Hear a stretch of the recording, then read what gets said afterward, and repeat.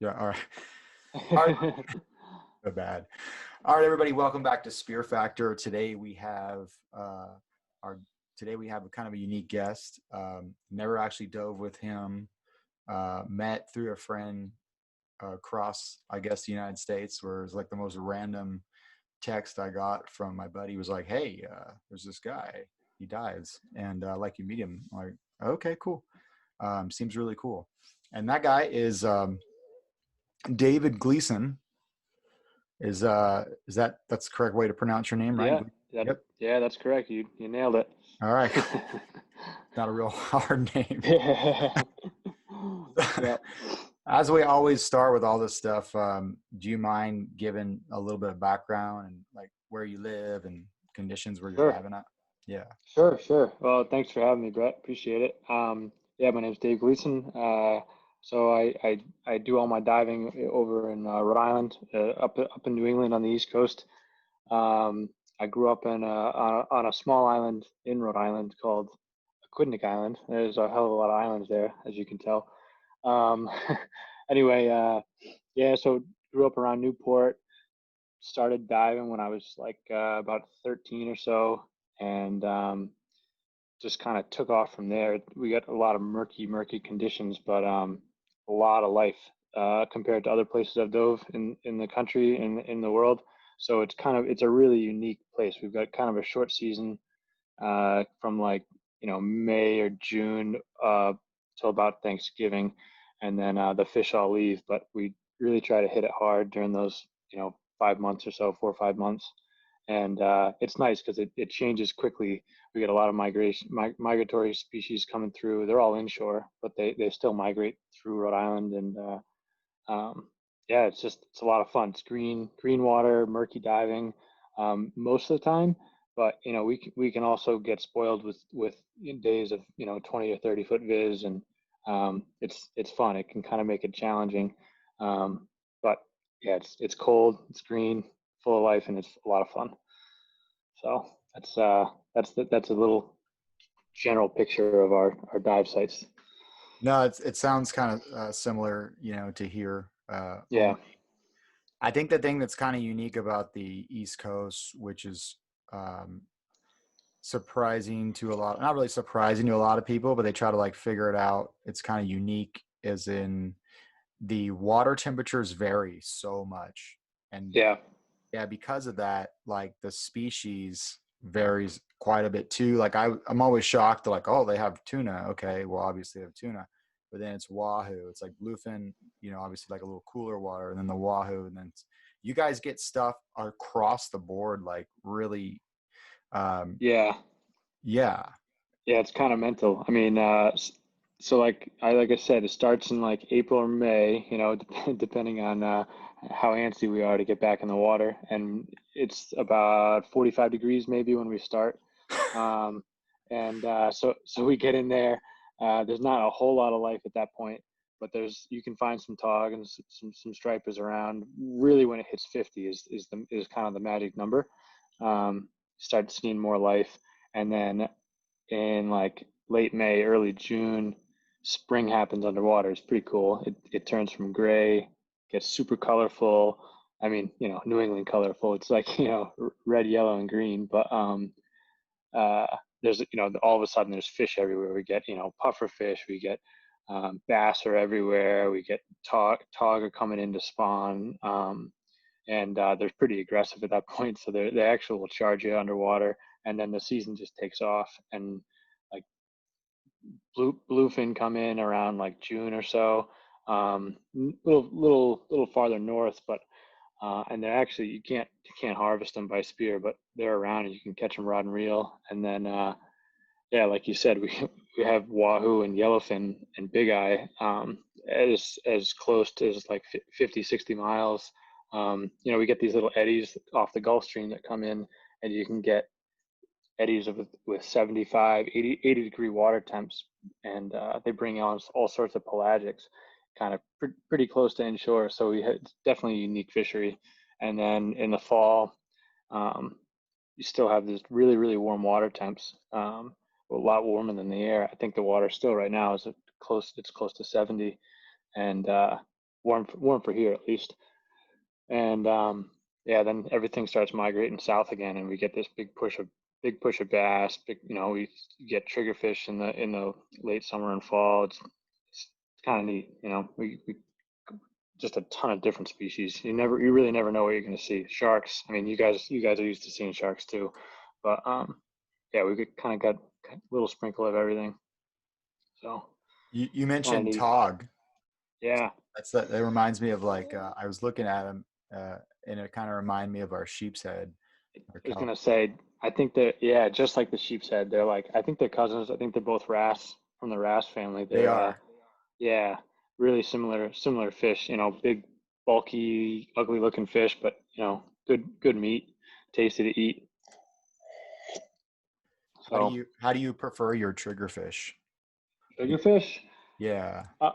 Um, I like to keep it simple with that. I'll either do ceviche or I'll just do bake it or even just grill it. That triggerfish we don't get a ton of them, but when you get them, I just like to keep it simple because they're just, I mean, by itself they're just so good. So yeah, we do a lot of ceviche with those guys. Yeah, and I guess it's kind of interesting. You mentioned a few things that I wanted to jump on, but I don't want to interrupt. Yeah. But no, sorry, I kind of ranted and rambled there. Oh no, it's your show. It's your time. I have a tendency to talk too much anyway. So with the when you mentioned May, and when I lived on the East Coast, I moved back there for college, and I remember May in New Jersey, and I went down there and they had this like amazing beach break, like A-frame. And I just remember going to go rent a board and then go surf. And I remember seeing guys like out in wetsuits, and I was like, well, I'll just suck it up, whatever, for like 10 minutes. The wave looks really good. And I had no idea. I put my foot in that water. And you said 45, you're not bullshitting. Like, no, it's cold. yeah, I was like, okay, this is dangerous. Yeah, I'm going back. Like, I'd never even got up to my knees, I don't even think. No. Yeah, it's pretty freaking cold. I mean, I'd say February, March is probably our coldest here. And I'll go in the water for shellfish that time of year, but it's a quick dive. I'm wearing now I've got a 7 mil, but I used to do it in a 5. And yeah, so I'll do a 7 mil for maybe 30, 40 minutes, and then I got to get out. Otherwise, it's starting to get dangerous. So it's just, because it's in the high 30s in the winter here, or even mid 30s. It's but it's, you got to you got to dive with the conditions you're dealt with. That's the biggest thing about diving here is like if you wait for like only good days in the summer, you're gonna dive like 4 days out of the year. Yeah, I mean that's the kind of the thing we always preach about. Like you can't shoot fish on land, Right. And you get better and then you appreciate it when it's nice too. But if you wait it when it's good, like you probably go out 3 times a year, Right. Yeah. And then it's you gotta you start to learn like what conditions are gonna favor certain spots or certain types of certain points or breaks or where to dive in the lee, when to dive in the lee, when not to, and tides. It all comes into play, and that's what spearfishing is becoming really popular in New England the last, I don't know, especially the last like 3 years, but the last like 5, 6 years, 2 or 3 especially. We had an explosion of club members in this, tri-state spearfishing club that I'm part of. And anyway, that's where I kind of try to tell people that are new is like, you just have to try to read the wind and the tide, and because the first question is how do I find good viz, and it's like you kind of have to just learn, and pick your spots and pick your tides, and then sometimes you just have to suck it up and dive in 3-4 foot viz. Yeah. So, oh yeah. I understand that. Yeah. Do you mind elaborating on that? Like sharing some of that? I know a lot, we have our trade secrets, but as far as the connection with, visibility and currents. Sure. Yeah. Yeah, so I mean, it's kind of there's not a silver bullet to this, certainly. It's kind of so, but I can certainly give some tips that, coupled with some experience and a handful of times of getting burned, I'm sure people can start to figure it out. But it's like, incoming tide seems to always bring some cleaner water from the cleaner ocean water into the bays, and this is maybe more site specific to some of the spots around Aquidneck Island I dive in, but incoming tide brings the cleaner water.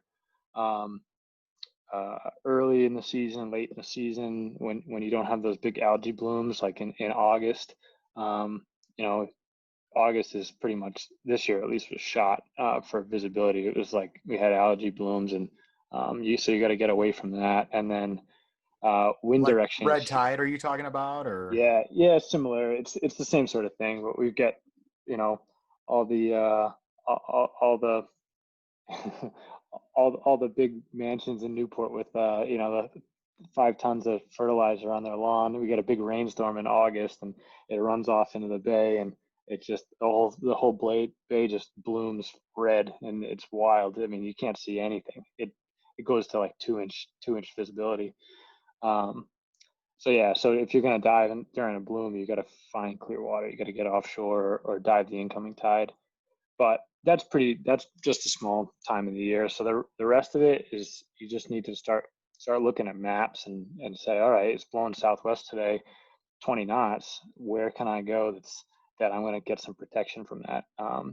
And where can I go that maybe isn't going to be subject to heavy current, and once you have some experience with different spots, you say, okay, well, I got a moon tide today, so I got massive current. I'm not going to go in the spot with muddy bottom because it's just going to be all silted up and won't be able to see anything. I'm going to go to one of my spots that's rockier, and because the rocks aren't going to get picked up by the tide.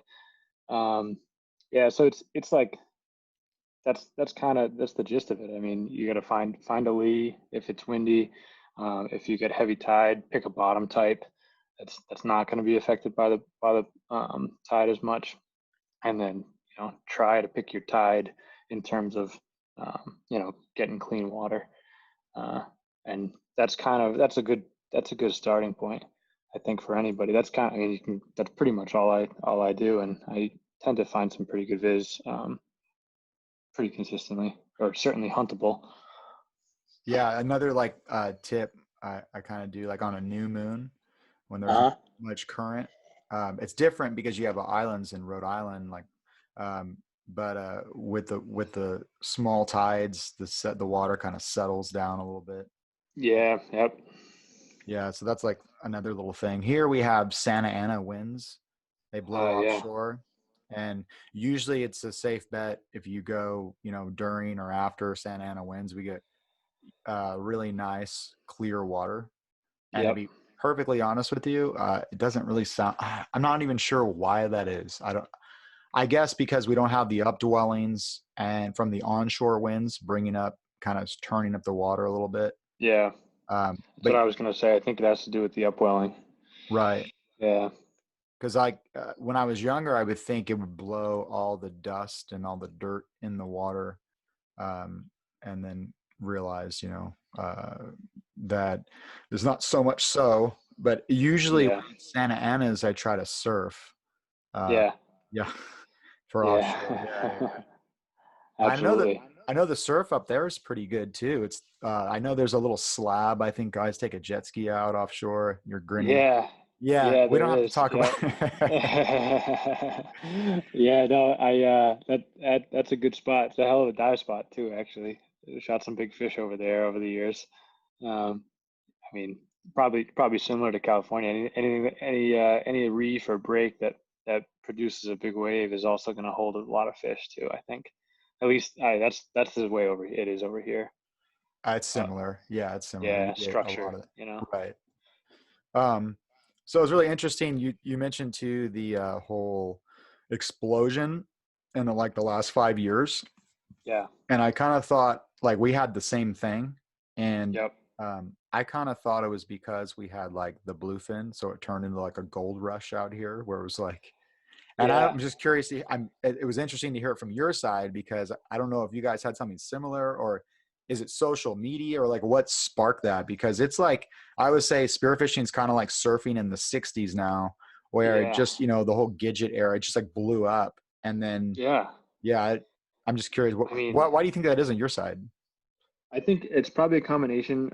It's funny you mentioned the bluefin. I remember hearing and reading about the bluefin rush out in California, and like, oh, I almost booked a trip to just go check it out and try to shoot one, which is, it's funny, even though we've got them here in our backyard. But yeah, I think it's a combination of, I think social media plays a massive role in this, right?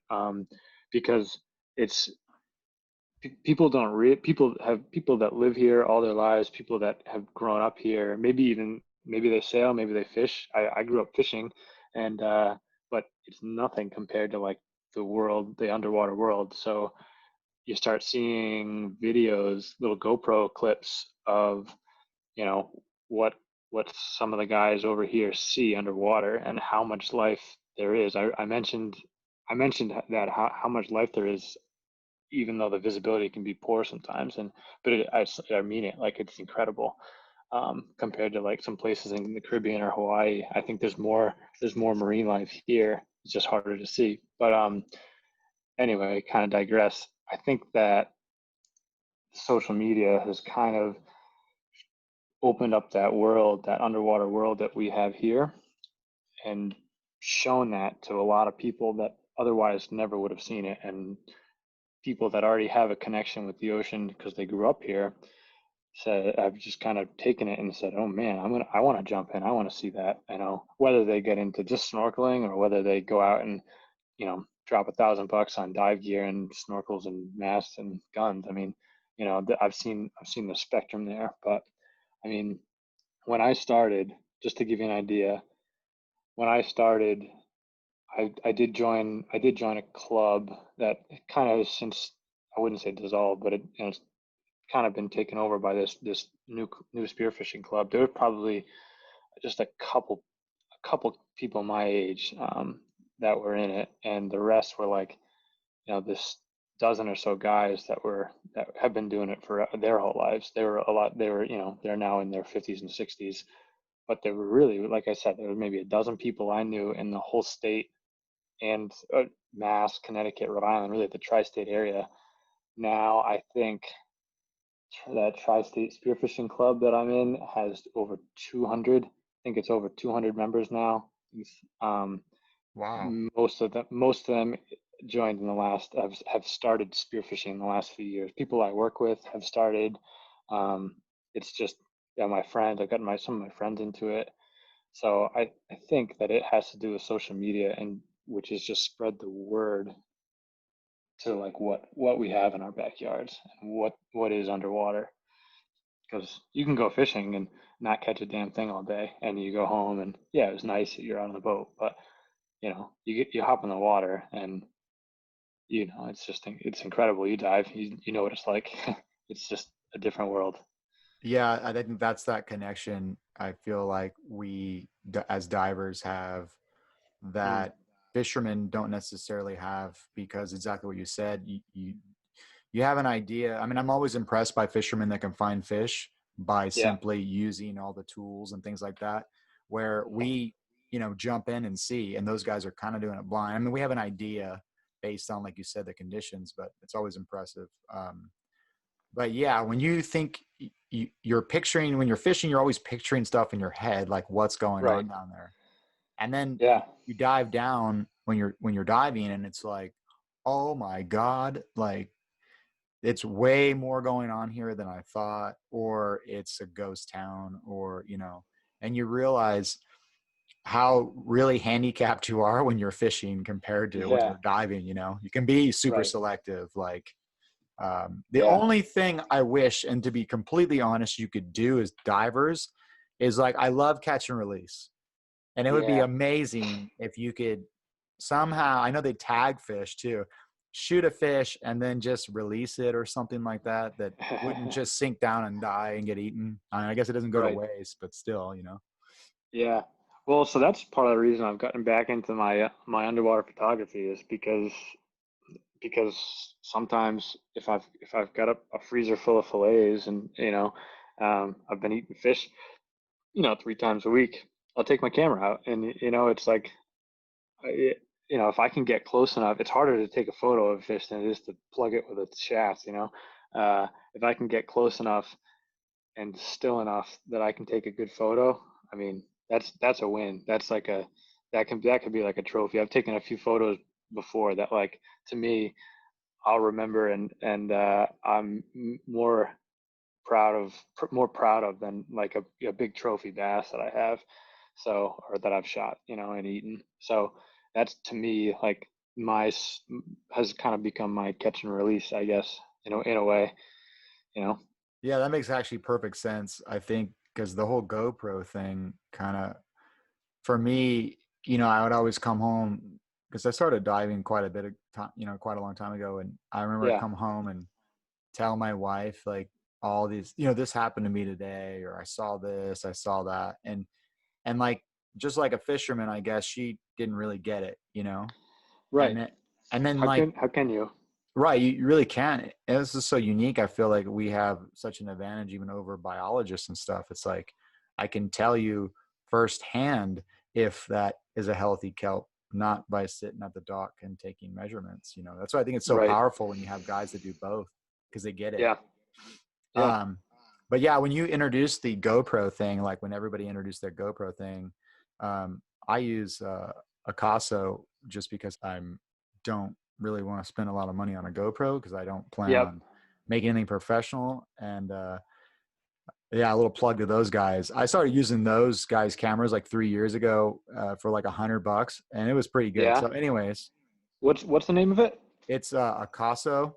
Acaso. Oh, I'll have to check that Yeah, out. yeah, Yeah. and again, I mean, I guess shameless self promotion here, but like those guys, they're really good people to deal with. But I use those That's cameras. important. Yeah. Yeah, and they're like the cameras themselves are pretty impressive Yeah. for. I basically at work, just to get into this a little bit, because I know people are going to Yep. go, oh, you're trying to push product. Well, yeah, I am actually, because it's really good deal. Like you're trying to hook Yeah, your sure. butt. Yeah. Um, One of the guys, an engineer at my work, came up to us and they used cameras and they would put them on, things we work with. And he was like going off to me about how, GoPro has the name and all this Yeah. stuff. And so he told me there's really good cameras or whatever. So I got a Popular Mechanics and I just kind of Googled, and then Popular Mechanics is like the best underwater cameras for under $100, under $200, whatever. So Yeah. I tried the Caso. I think it was like a 7,000 or something, and um, it it was like, yeah, it was $89 or something like that at the time. Wow. Yeah, Wow. right. And at the time, yeah, they didn't have like the best, I guess, image stabilization and all of that. And um, But you don't even need it underwater anyway. You can't well, really use it. right, So, right. right. But the bottom line for me, going back to what I was originally going to say, was like it documented what I wanted to document, so I could come home and show my wife, like, check this out. And then when we had kids, it was like, hey guys, check this out. And then Yeah. my daughter's like, Dad, take me with you. Yeah. Because you tell them all these stories, and it's like they don't get it. And I'm like, I'm telling you, there was like 100. Like, I did this one dive. This is at work. We one of the dolphins I used to work with marked something, and Yep. I did this dive, and he had marked like a bunch of pipes, like looked like aluminum fencing or something. I don't know, but there must have been 300. I don't know. There was hundreds of lobster. All I saw was just eyes. And it was one of those like, and I'm thinking I'm like 25 at the time. I'm like pretty wild. And I remember like thinking to myself, I don't even know where to begin. Like, I don't. So I just looked at the biggest set of eyes, biggest set of antenna, and went for it. And I ended up grabbing like four, like just from bear hugging. And I Yeah. came up and I was screaming. Like, I think they thought I was getting attacked by a shark. Because I came up, I came up, I'm like, hit Mark, hit Mark. They're like, what? I'm like, mark the spot. Like, yeah. And they're all just like, what? And they were asking, what I saw, so they can, reward the dolphin accordingly. I'm like, it doesn't matter right now what matters is you mark this spot. Mark the spot. You mark the spot. That's funny. Yeah. Yeah. But that's, I mean, it was all, and I would love to be able to, like, you know, again, it's a story, right? But Yeah. I guess stories are great because they earn your mind. But Yeah. it's nice to be like, oh, Brett's not full of shit. Look at this. This is insane. You know what I mean? Yeah, no, Anyways. absolutely. No, you're right. I think that was like the biggest reward for me when I started filming some of my dives was I'd come back, I'd show my family and you know, my dad got into it after about I think the same year I started diving, my dad got into it because I would tell him about it, and he grew up here fishing and fishing from a boat or from shore, but all of a sudden, you know, at the time he was probably, I don't know, 45, late 40s, and he got in the water and was like, "Holy crap, this is wild!" You know, you weren't kidding. So it just was, yeah. It's just like you said. You know, it's the very cool way to show other people the world that, you know, we get to see and experience. So pretty neat. So, I mean, you're comfortable where you're diving. What do you use in like, what do you use first gear wise? And then have you found any uh, techniques that kind of help you other than moving really slow in the bad viz? Yeah. So I get all my gear from a local shop. Great shop. And he's an awesome guy too. His name is Mike Chase. The shop is New England Freedive. So he hooks me up with all my gear, and it's a combination of Mares and Rob Allen. So I use Mares suits, which is nice because I they've got threes, fives, and sevens. So I dive that covers my whole season. You know, I start off with a seven when it's 40 freaking degrees, um, and then, you know, transition to my five in like June, and then July and August I'll wear my three, and it's really nice. It's comfortable, and then I, you know, go back to five and seven. Um, yeah, I like those. They're pretty dark camouflage, and I feel like the camouflage maybe doesn't help a whole lot. It's more of a marketing thing, but man, I can get down and really hide in the rocks, which is kind of like what I like to do. I like to find a crevice, kind of pull myself in and hang on if I'm hunting bass. Um, and then the Rob Allen roller guns, Mike turned me onto those a few years ago, and he gave me an 80 centimeter roller, and I mean, I've lost track of how many fish I've gotten with that thing. It's like a total workhorse. It, I abuse that thing, and it's an absolute laser, and it's great because it's such a small gun, but the roller, I mean, it's got so much power. You know, I can bring down a, a little tog from 18 inches away just as easily as I can drop a 40-pound bass at decent range. And then I've got a longer one too for if we go to Block Island or we go offshore. And I mean, that thing's not even fair. It's just like point and shoot, you know, at some pretty ridiculous range. It's a 110, I think. I don't use it a whole lot, just because the 80 covers such a wide range. So that's my gear right there, and I mean, I've just been using that for years now, and why fix what's not broken, you know? Yeah, 100%. I have a roller too, and like you said, it's a laser as far as you want to shoot it.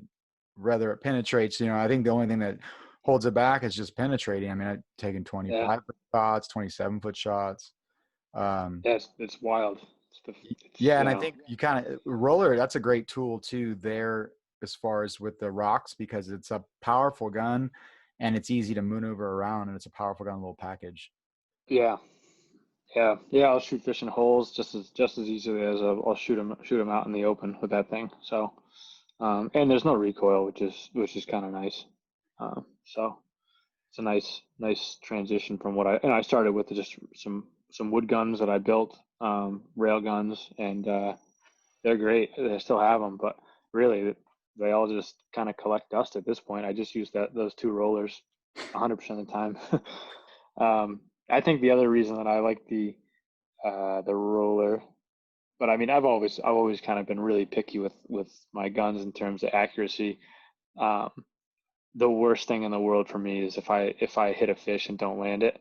I just cannot get over. That's just a terrible feeling that takes me a while to get over. So I I try I try as hard as I can not to lose any fish for the whole year. And this year I lost one. Last year I don't think I lost any. So I'd really try not to take that shot unless I know I'm going to nail him, right in the gill and um, have a good holding shot. And I think that is another reason I like the rollers so much, is because I can put that shaft exactly where it's going to go, exactly where I want it to go. Um, so that's pretty important to me. So Yeah. So is there, as far as, you're diving in New England, where else have you dove throughout the world? Because I think you travel quite a bit, right, for work or just. yeah, I do a lot of traveling for work, and kind of just since I got into diving, I've been lucky enough to do some traveling through work and school, and I always try to get in the water when I get to a new place.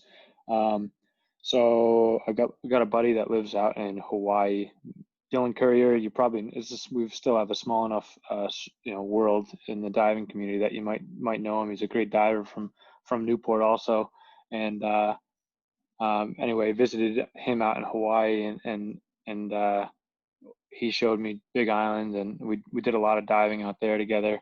And it's funny actually, Dylan and I we were really close as kids, like ages probably 4 to 6. We were really close, and then kind of lost contact for probably 10 or 15 years, and then got kind of rekindled that friendship through diving, and got back diving together. And then I visited him out in Hawaii, and like I said, he showed me Big Island. That's just an incredible place to dive. I mean, clear water, dolphins. I remember the first day I went there, listening to whales underwater while we were diving the reef. I mean, that's something I had never experienced in New England. So that was incredible. Um, just a lot of, and also interesting, like totally different hunting technique out there. I mean, the water's so clear and the fish are so skittish that, like, I remember I worked my butt off to shoot a moo. It took me days, and I was diving at 60, 70 feet, clicking rocks together and laying on the bottom for a couple minutes before I shot one little moo. I mean, it just it's pretty impressive what those guys do out there. So that was a cool spot to dive. I don't I know. spent. We just talked about that exact same thing in the Oh last yeah, podcast with really? my buddy I got. about in clear water having to like climb into, I mean, working your ass off, diving among your limits and staying on the bottom for like, and then to shoot a fish, that's like this big. So yeah, Yeah, but I've never been more proud of something like that too, right, where right. you It, literally feel like I am a hunter, yeah, yeah, it's like you've really outsmarted that thing, and you finally got it. Yeah, it's only a pound, a pound and a half, but I mean, it's a victory. Um, so that was a pretty amazing place to be, and I was lucky enough when I was over at URI, University of Rhode Island, studying my undergrad. I spent, I don't know, 4 or 5 weeks in the British Virgin Islands doing some research on coral reefs, and I did a lot of diving out there, and I got to shoot lionfish at will all for a month, and give it to the local chef, and he would prepare it. So that was kind of a cool experience too, but also totally different. Um, just just different to be able to, or to have to be really cautious with something that you shoot, and handling it. We don't have that up here. Um, Yeah, Now I'm trying to think. I think the closest thing Flo- we have here to something like that would be a sculpin. Yeah, Like yeah, um, I got stuck by one of those one time when I was yeah, younger, and yeah, I tried everything, pissing on it. I yeah, tried everything. It does. I just hot water, for the yeah. sculpin. With That's with with Hawaii, diving in Hawaii, what all did you guys shoot? Or did you have like a target list because you're there? You really want to get one of these, or? So I really wanted to get a moo, so that was great. I also really wanted to get an uku, but I didn't get one. That was you know, job fish. That was my other goal, and I did see one, um, but I was kind of at the end of my dive, and it was down below me. It was deeper down on the reef, and I had already had a close call that trip. Actually, we don't have to get into. I don't know. We don't have to spend time talking about that. But I did have a shallow water blackout that Dylan saved me from on like day 2. So I was not about to chase that thing down the reef and you know, down another 10, 15 meters. Yeah, So well, we can talk about that if you want. I mean, I literally going to I probably post by the time this airs, whatever, I've already posted this, but this week I talked to a widow of one yeah, of our guys locally here that passed away last year during lobster season. And I actually wanted to say, I thought about, this is such a weirdo I am. I woke up super early thinking about that because I was really impressed with the woman. Her name's Diane Huff, and Ryan yep, Huff was her husband. You know, she's got 2 kids, but because she was pretty like drive on ish as far as um, you know, like, it is what it is, and how can I make this do better? And so she was doing a like kind of a fundraiser thing, putting people through trying to get it to where everybody can go do a dive class regardless of money, which yeah, I thought was great. it's a great But idea. yeah, and so one thing I thought of was like, if you're a competitive person, um, like some of us are, I mean, some of us are more competitive than others, totally understand. I had a good friend that mentored me, and he said, "Hey, Brett, you know, people like us, we die in this sport." And he was a professional surfer, my friend Colin Smith. And then I was a collegiate athlete. And, you know, with diving, how you have this like, or I guess with any sport, right, on land, it's like that drive, right? That drives Right. you to be better. And like, just for even divers, it drives us to go deeper and hunt moo and try to like shoot these hard fish. Well, it's like that drive that, you know, you overstay your welcome by like 10 seconds because, Yeah. whatever it is. And he said that, and it kind of stuck with me over the years because it's like I constantly have to keep myself in check. And so Diane was sharing the story with Ryan about Ryan, and she was saying that he had already got his legal limit of lobster, but apparently because he was with his buddies, or I'm not sure, then he saw a sheep's head. She's like, I could totally picture him doing this. Oh, sheep's head, this will be awesome. I get limited lobster, get my ceviche on my sheep's head. And apparently he got tangled up or something happened, I'm not really sure, blacked out and died, right? Yeah. And he said that, and it was like, and I was like, yeah, I could totally understand that. Yeah. And I shared that story with my wife too, and she's like, yep, I could totally see that. We lost a guy at work too one time. Found him under the pier. He had drowned, and nobody knew what happened except the guys that, you know, we train together all the time and dive together all the time. We're like, yeah, he's getting lobster on the pier. Like, I know that because Right. we showed him that. Like, Right. and it was just at night or whatever. But do you mind sharing the story? Well, first, have you taken a dive class before? I have. So I went to Hawaii. I spent a couple weeks there with my main goal and intention was to take a class. Like, I mean, this was, let's see, maybe 2 years ago. I had already been diving for, I don't know, 10 years at that point, but never, but all through a very lucky, I guess, set of trial and error, learning myself, really doing some internet research. Like I said, when I started this, it was new. The sport was not well studied. Like not a lot of people did it. So I kind of was fumbling in the dark as a 13, 14-year-old kid.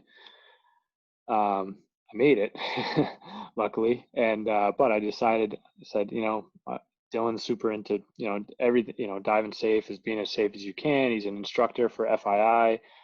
I'm gonna go down. I'm gonna take a class with Martin.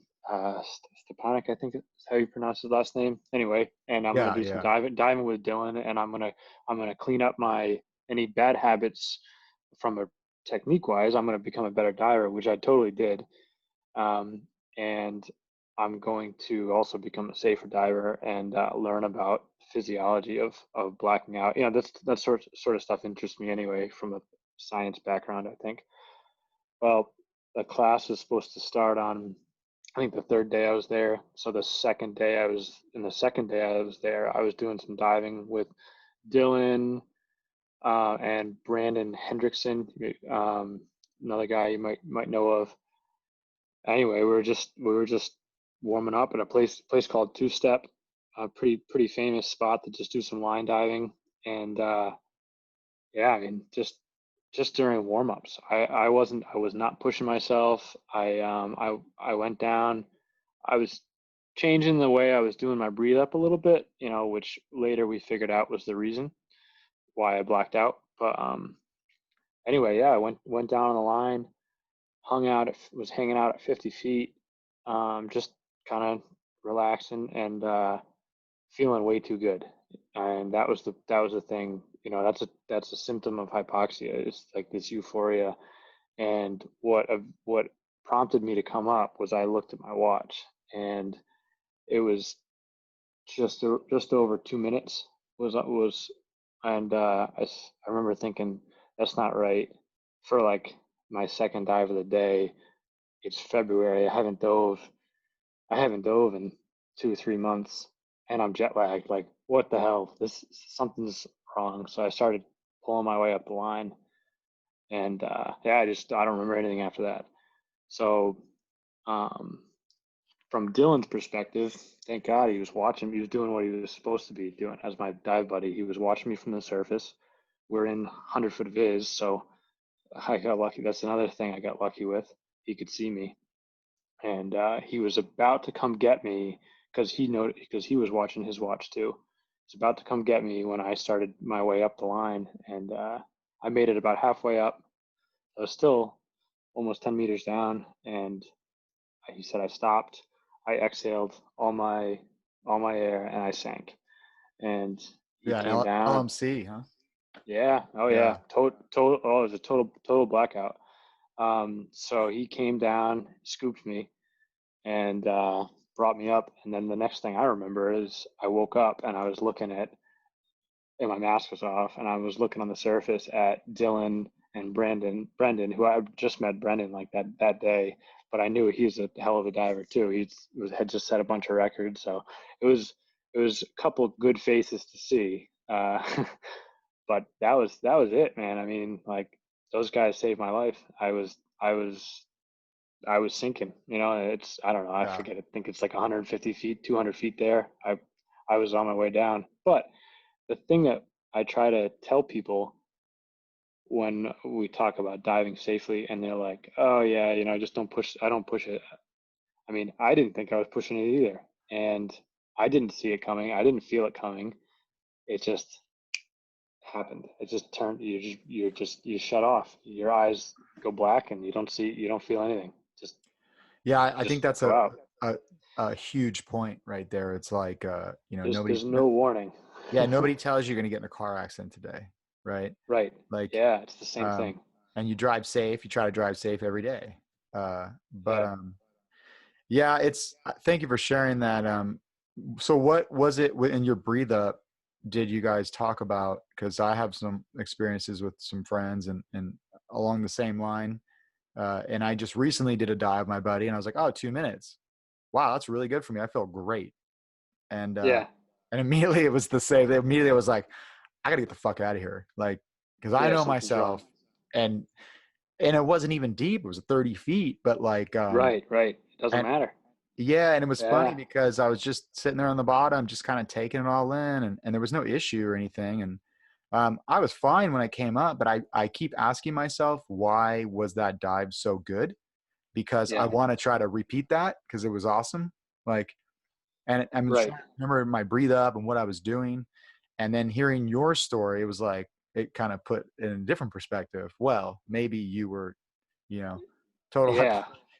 Yeah, Yeah, because the hypoxia, that's a big symptom is euphoria and just this overall like good feeling, which is kind of scary. But so we figured out that what I had been doing was I was breathing kind of deeply and exhaling kind of purposely, and when I was exhaling, I was forcing that exhale a little hard, and I did a pretty long breathe up. So I wasn't really hyperventilating in the sense where you think of hyperventilating when you hear the word, but I really was doing the same effect. I was purging that carbon dioxide out of my system with that forced exhale, and I was taking a nice deep breath in, purging again, and over the course of, I don't know, a few minutes of doing that,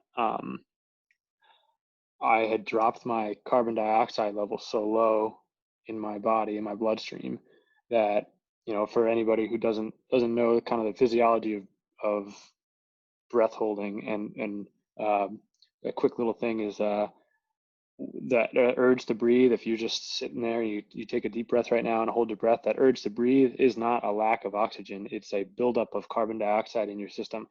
So if you hyperventilate before you take a breath, what you've effectively done is you've eliminated your body's warning system.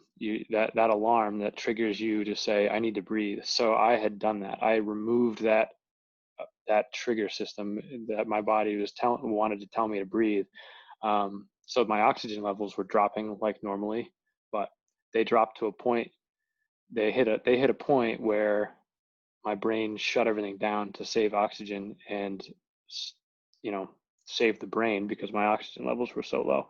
But I never got that urge to breathe, even when I was coming up. The only reason I started, like I said, was because I saw the watch.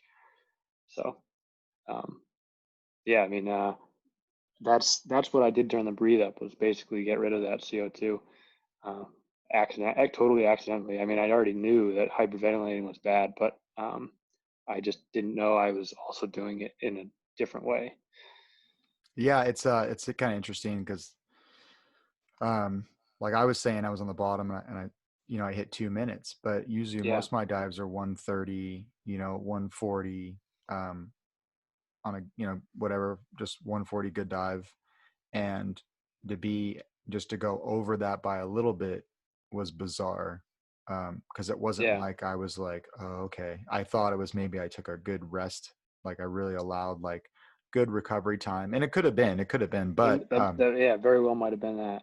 yeah, because I always say like spearfishing is not free diving, and you realize Right. that when you go free diving. It's like, Yeah. okay. Yeah. um, but that's and then your buddies were there and that's the big thing too. Your buddies were there. But one thing you said that I thought was interesting is your friend Dylan looked at his watch and was like, oh, 2 minutes. So clearly he either knew you because you guys grew up together and you dove together, or you had discussed like, this is usually my dive time. This is normal for me. Did you guys do anything like that? So now we do. But at the time, we hadn't really discussed that. I think so. He was like on his way down, just about to dive down when I started coming up, because he saw, oh, 2 minutes. That's not really like his warm up shouldn't be 2 minutes. Like he said at first when I was at Right. 1 minute, 120, 140, he was like, damn, he's killing it today already. But when I hit that 2 minutes, and he was like, oh, I'm gonna go check on him. Something's wrong, and that's had we planned a little bit better, um, it would have never gotten to that point. If we had said, all right, I'm gonna go down for a minute and warm up, and then the next dive I'm gonna do 120, because we're just, like I said, we're just warming up for a morning of line dives. Then at that time, if I didn't come up because I was basically, what's that? Not narked. Yeah, is it narked? It's kind of the same thing as scuba diving, right? When you get the nitrogen narcosis, Right. similar Yeah. feeling, Past 100 Yeah, feet, 99 yeah, feet starts. it's similar feeling anyway. So had I gotten to that point, that time limit we had set, he would have just come down, or he would have pulled the line and kind of snapped me out of it, and I would have come up, and then I never would have blacked out. But so that was something we could have done next time, or something that we do now is when we talk about that kind of stuff ahead of time. Yeah, I was doing a dive with a friend. We were doing line diving, the same kind of situation. We would do it every like Wednesday, Yeah, and he was an instructor, and he would go down, and I watched him go to 100 feet and hang there for 2 minutes. yeah, And I was always blown away by that because I'm not doing that, and I'll admit it. Like I'm not doing it. I'd like to, but I can't do it yet. yeah, And he did it one day. He went down and he just did a minute hang, and I think it was a minute hang. And he came up, and we're all there watching each other, and he had an LMC, and he started to black out, and it was just the most random thing. And we were talking about it, and it really kind of perplexed him because he's supposed to be this instructor, and he's like, "Why did this happen?" I do the same thing every day. And I mean, it could be, I guess, talking to a lot of guys, it's like, it could be your diet that day. I mean, it could be yeah. anything. I mean, one Diet, day, stress, yeah, hydration, it's anything. right. And like, I remember one day, like I had tried to go to 100 feet for the longest time. And again, it was like terrible because that meatheadness takes over, and it's like, I'm going to get to 100 feet. I'm going to get to 100 feet. And it's the Yeah, total. And I swear this one day I just felt amazing.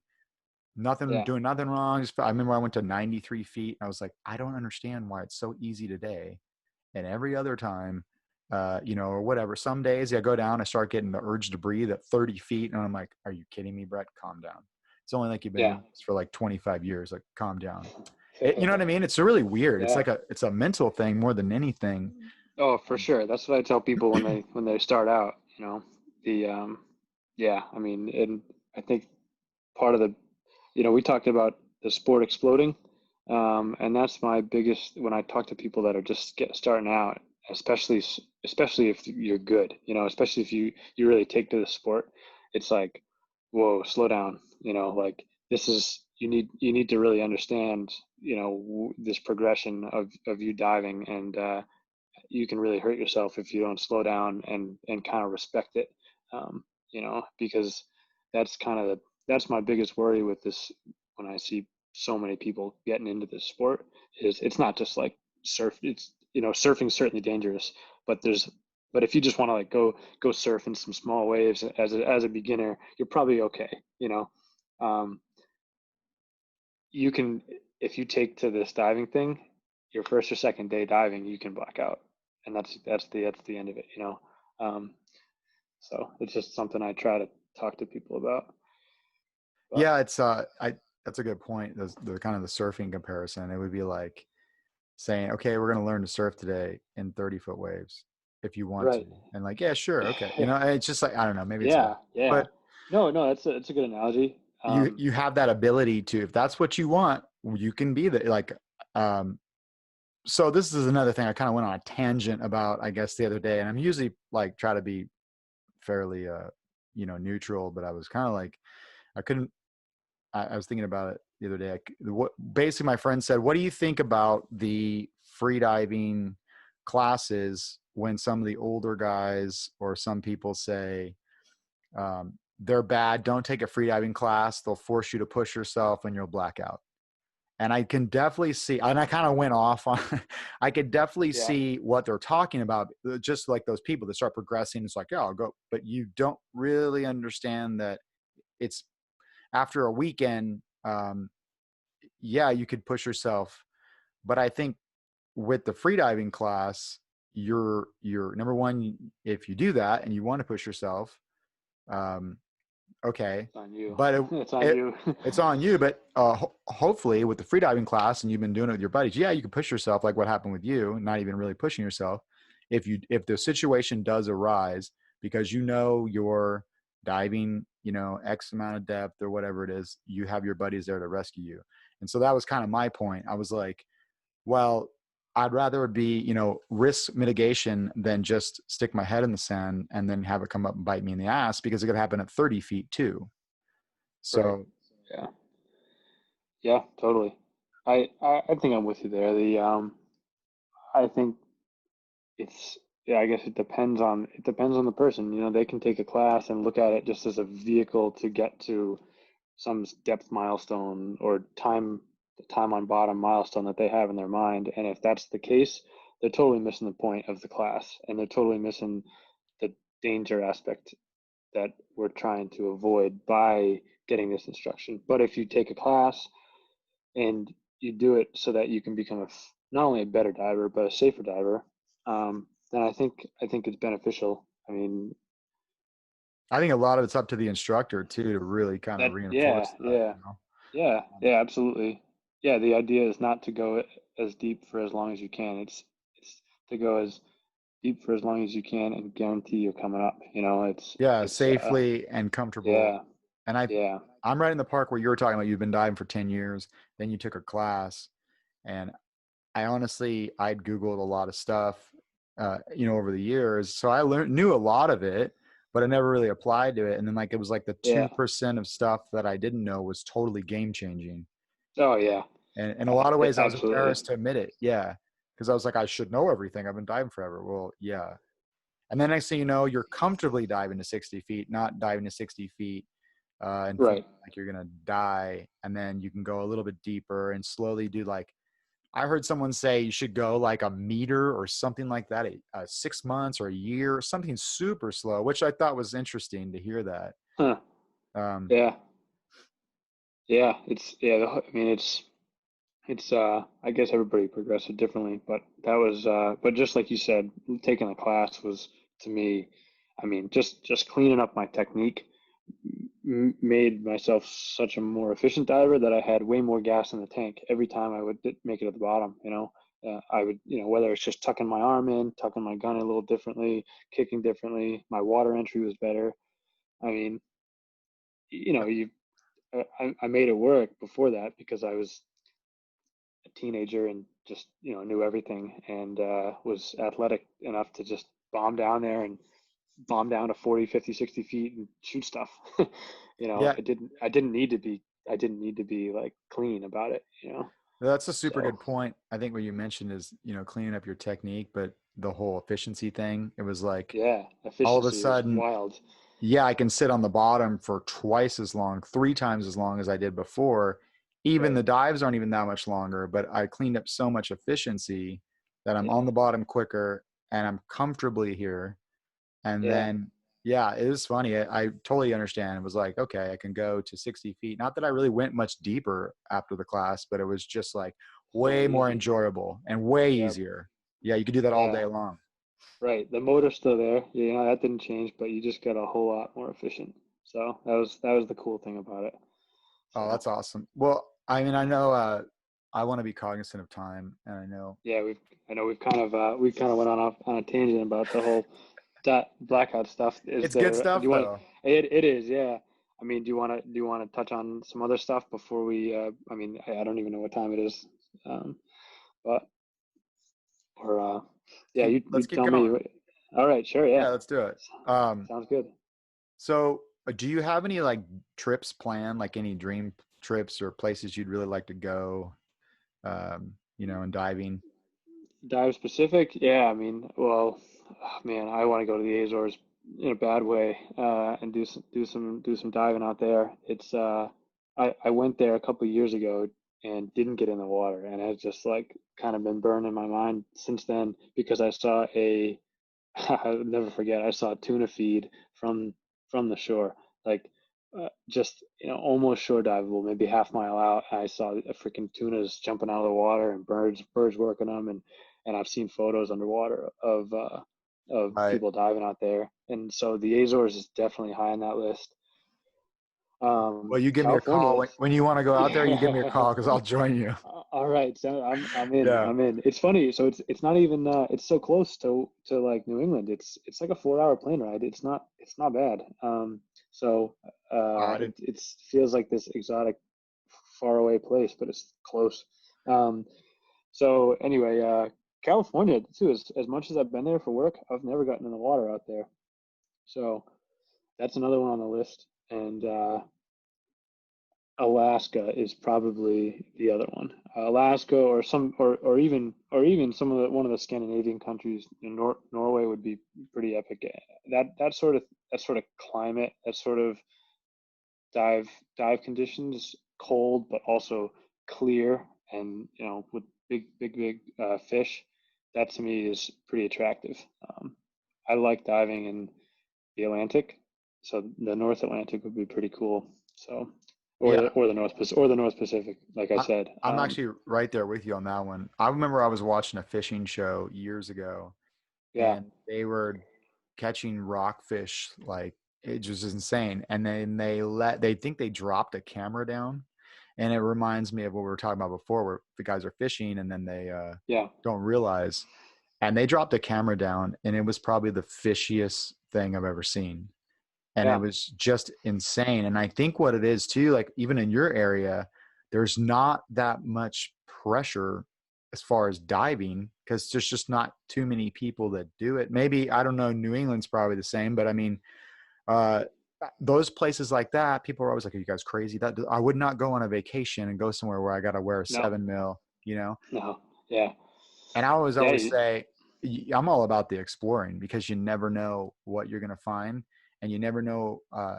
We used to go to some really shitty places for work, but I always thought it was really cool for the experience, at least to go once. I would definitely wouldn't go yeah, back some of them, but it was really cool to get this experience and to be one of the few that have had it. And then again, like I was saying, you just never know where you're going to find. right. Yeah, absolutely. And similar sort of thing over here. I'm always trying new spots, and I mean, yeah, you get skunked sometimes but if you go to your same spots that you can always depend on, if you just always return to those, I mean, how do you find the new ones? You know, I found wrecks, I found caves, I found valleys that I feel like some people don't even, maybe there hasn't been a person there in, I don't know, 1,000 years. Kind of a cool thought to have when you're swimming through a canyon or something like that in the middle of the ocean that you just kind of stumbled upon because you found it on your depth sounder and it's not even marked. That kind of thing is pretty neat. So I try to do the same thing over here, is just explore. Um, but yeah, in terms of places I want to go, there's a big list, but that's probably the top few on my list. Is I'd love to shoot a freaking halibut, man. How I got a, cool I would got, that I got a be? spot for you. Yeah. Uh, I'd like to uh, shoot one too. I just get distracted too much on other things. yeah, yeah, I hear you. Um, yeah, it's funny. Some of those places you talk to people about where you want to go or where you've been, and they don't understand why the hell you'd want to go there. And Yeah, it's like, if you want to shoot the same fish that everybody else is shooting, and that's fine too, because fish tastes like fish depending on how you prepare it. right. But I like to really hunt. Like, I know I can go to this one spot. It's like going to the grocery store, and that's Yep. cool. Yeah, same thing. Yeah, and I don't mind that. It's almost like if we go offshore and strike out, it's like, do you guys want to hit the reef and just get some tacos or something? Yeah. Yeah, Yeah. you know. But then also, like, these little spots, I try to like be selective and limit the amount of pressure on them. So by doing that, if having so many different spots, it's funny. People are like, "Oh, they closed this down." I'm like, "I got plenty of spots. You can close that down all you want. I got Yeah. this spot," and even then, it'll force you to go find a new spot, and that's pretty cool. Like you're talking about being the first person to, like, or you think, it's like when you find a secret spot that everybody and their brother knew about, they just didn't post about it, but Yeah. for surfing or something. But it's just Right. cool to find those spots and have them as yours. I have about 4 pages of Latin longs from a friend that worked on a dive boat, and he was just like a fanatic, and he just kept all these records. And Yeah. I showed them to my Where do you keep wife. Go ahead. where do you keep that notebook? Yeah, exactly. I told my wife, I said, I think someone would pay me like a lot of money for this. Um, I was like, I feel like sharing some of them, but I'm not gonna. And my daughter's like, Dad, don't share your spots. I was like, and she doesn't dive at all. She's like, Dad, the concept. Come on, Dad. And I was like, no, no, no, no, no. I'm gonna share the more popular spots, but by doing that, it keeps my spot secure because more people will think like, okay, they'll look at it at the right hand, but they're not seeing what the left hand's doing. You know what I Yeah, mean? exactly. Yeah. Exactly. Anyways, That's funny. do you have any plans for this year with the COVID thing when that's done? It's funny. So back to the Azores. That I was just talking to some buddies about that, about trying to set up a trip this winter if we possibly can. I mean, we'll see if anything comes to fruition. We're just kind of at the conversation level now, and same thing with Alaska. It would, how cool would it be? But can we swing it? I don't know yet. So nothing. We haven't nailed anything down. We're also. I'll go back to just what I was talking about with New England in the beginning of this chat, is that we still have. I mean, yeah, it's end of September, but we've still got two months of solid diving left, and it's it's the same locations, but it's a totally different game as it was 2 months ago and as it was 4 months ago. Different species, different styles, different weather. I always start now. We're getting nor'easters and hurricanes. Now it's a totally different style of diving. So it's Well, do you mind sharing that's about that challenging too. as Sure. far as Yeah. like the style of diving? You're talking about the season now changing. Yeah. So I mean, well, one thing is just the freaking weather. I mean, Newport's like sailing capital of the East Coast, because in the summer you can rely on the southwest 10 to 15 knots and coming in at 1 or 2 in the afternoon every day, every damn day.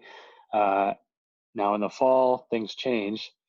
Now we start getting northwest, northeast, and northeast wind can be tough. It's like it's cold. It really, really stirs things up, and it can get nasty in a hurry. But like we've got fall migrations happening, so it's like you want to dive, like I was saying earlier, you can't pick and wait for your best days. So this is like, you bundle up, you throw your suit on, you throw these, your neoprene jackets on over it, and who cares if you're soaked and cold? You're going to be soaked and cold in the water too. I mean, so Is it's that it's when the that sort of. stripes? Is that when the striped bass kind of show up in that fall? Is that what you're talking about when they start So running? yeah, so they run again. I mean, they in recent years we've been lucky enough, we've got this. Hopefully I don't upset anybody too much. So we're giving away too much information here, but there is a resident population that seems to hang out about 6 weeks or 6 weeks, 8 weeks straight. Um, that does it comes up in the spring, and it sticks around in the summer. It doesn't keep going up to Maine with the rest of them. So, and then the rest that move up to Maine come back down south, and we just get an influx of bigger fish. Um, so yeah, they pop up in greater numbers, and they've been feeding heavy all summer, so they're bigger size. And same with the tog. They're now really starting to chew and get bigger and bigger for their winter holdover when they go offshore. So there's just a lot of life in the water, and the water's still pretty warm right now, but it's mainly just weather. It can get crappy, but Viz gets a little bit better. We're kind of just doing the whole run and gun style. Like I posted a video the other day of out on my buddy's boat, Aaron Hampton, and where we pull up, we find a school of fish that's working down on the bottom, and it's like, all right, go go go. You hop off the rail of the boat and just you dive bomb down, find your fish and come up, and it's like Sounds like bluefin it can be hunting. intense. Yeah, it's Yeah. it's probably pretty similar. I mean, I can't really compare stripers to bluefin, but it's probably a similar style in it in the fact that like the school's moving, the boats, there's boats all over the place. There's rod and reel guys trying to run you over and catch fish, and you're hopping off this moving boat in maybe 15, 20 knot northeast wind with, heavy chop or swell, hurricane swells too. And, you're dive bombing down, getting your fish and coming up. It's certainly a rush. It's an adrenaline rush. It's a little different than some of the summer diving, which is like, you know, A speedo. yeah, beautiful warm mornings. And then you're exactly the espedo technique where you're just laying down on the bottom, waiting for something to cruise by. So it's a little different. So Um, your background is oceaneering, right? Like that's what you were. yeah, sort of marine biology, oceanography, and yeah, underwater robotics. So kind of Oh, that's right. oceaneering sort of Okay. stuff. Yeah, Yeah. Excuse me. yeah. How do you think that has helped you? Do you think it's even helped you as far as diving, and like how do you apply it to diving? Because I mean, we both have a background in robotics, and it's really nice to have robots find your spots for you. But Yeah. yeah, how do you think that has kind of prepared you or shaped your diving, or how you approach spots, I guess, you know? Yeah, well, I mean, I think I understand.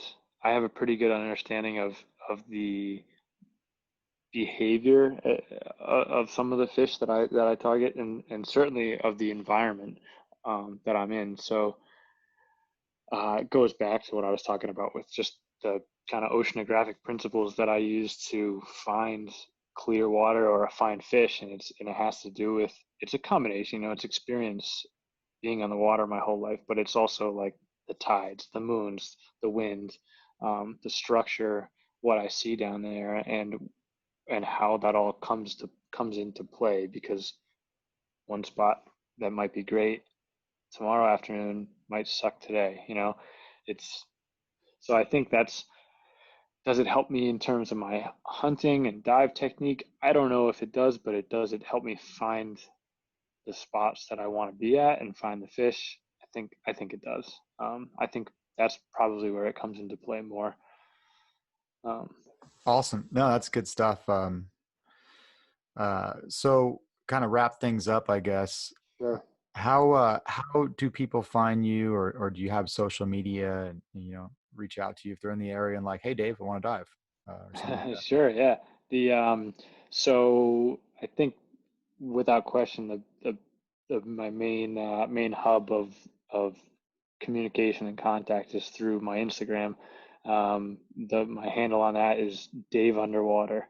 So pretty simple, Dave Underwater. No spaces, no nothing. Um, that's my main thing. I'm really into photography as well as, videography for fun, but photography. I've got an underwater camera rig, so I try to take that out, and that is, like I said before, that's my catch and release. So I take some underwater photos. I take a lot of seascapes, and I share what I share my experiences underwater and above water, so that other people can kind of get that sense that maybe otherwise would never be able to. So, The thing that I think is kind of cool about your photography is yeah, that, local guys and, my friends, we see the same kind of photos, like it's yellowtail, and they're great yeah, photos. Your topography is just kind of different yep, out there. And so I don't see many of them like that. And I don't know if it's because the conditions are a little rough, but it's unique. So like seeing your striped bass pictures and things like that, I kind of, and the way the eelgrass is or whatever, I really like it because it's unique in a way that is different than like our tropical setups, like down in the tropics, and then also California and kelp, and those are right, special in a way. But like for us that live out here, I see it all the time, So I think that was so yeah. unique. That kind of struck me about your photos was really cool.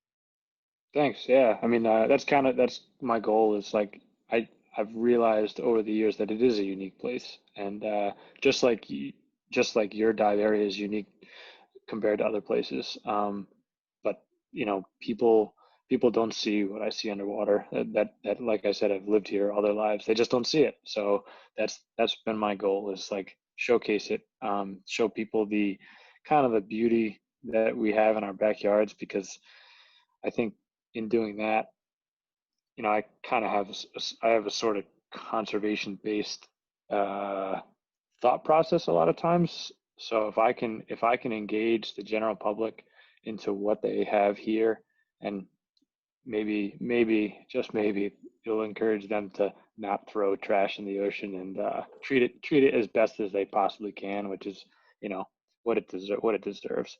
That So that's that's yeah, kind of that's my the thing, whole goal, right? Yeah, that's Right? Yeah, if I can get more people to, in my Neanderthal way, if I can get more people to dive or give a shit about the ocean, exactly. then, um, we'll all take care of it. I mean, there's so many people here in California too. And I remember growing up, it's so funny. I remember growing up and hearing about not, don't pollute and all this stuff. And like, I was a big thing to me because I always loved the outdoors and I always thought I loved animals. So I was like, I'll be nice to the animals when I was little. And we would talk about it all the time in school. And nowadays, like, it seems like I asked the kids, like, do they even talk about that anymore? Does it just like fall off the radar and we're talking about other things? Like, and and it was so interesting to me because I was like, did we just forget about that? I mean, we hear climate change, but like, Right. I can't really do much about that personally, but I can tell you what I can do and just be cognizant of not throwing stuff in the ocean, leave only footsteps, that whole mindset, Yeah, it's true. It's true. Yeah. being Yeah, I'm with you there. selective. Yeah, being selective for sure. You know. Um, yeah, so that's kind of that's a big background to my, or a basis for a lot of the shots that I take, and the things that I post for the world to see is, this is what we have. This is, the world doesn't stop at the water's edge. I mean, there's a lot, more than you could imagine down there. So don't fuck it up. Yeah, no, 100%. It's like before You you know? pull the trigger, think about what impact that will have. And Yeah, if it's for all sure. right, that's fine, but don't go down there and slaughter, every sheep's head you see, because we've already seen that issue before in the kelp beds where, sheep's head Yeah, eat the urchins, and then the chain of right. events. Like, yeah, just be smart about it. There's nothing wrong with any fish. I don't think even people shoot it if they're just smart about the fishery and how that affects things. Yeah, yeah. Just understanding your impact, and that's what it comes down to. So, yeah, that's it in a nutshell, I think. Well, Dave, I really appreciate you being a guest on the show, and I know we hadn't even talked before that other than over Instagram. And Yeah, thanks for having me. yeah, It's and been great. I think my main thing was to get you on because when you said you were diving in Rhode Island, I was like, I've heard of guys surfing there. As an academy, they were like talking about trying to do a surf trip down to Rhode Island or whatever. But I was laughing because I was thinking about that, and I was like, wow, I never really. I imagine your stuff's got to be kind of unique, and I think that's what we're trying to do. That's what I'm trying to do with this, is just tie everything together to share how unique and special each part of the ocean is, regardless of how it looks on the outside. Like you Right. said, when you get underwater, it's a whole nother world. Yeah, it So, is. yeah, Yeah, thank and you. you're a guest. So, Yes, you are. And sometimes sometimes some animals like to make sure you understand that. Yeah. yeah, it's definitely true. Well, I Cool. appreciate it again, brother. Enjoy your weekend. Yeah, I will. Thanks. Okay. Thanks again for having me, Brett. Yes, Yeah, sir. have a great weekend. All right. You too. All Take right. care.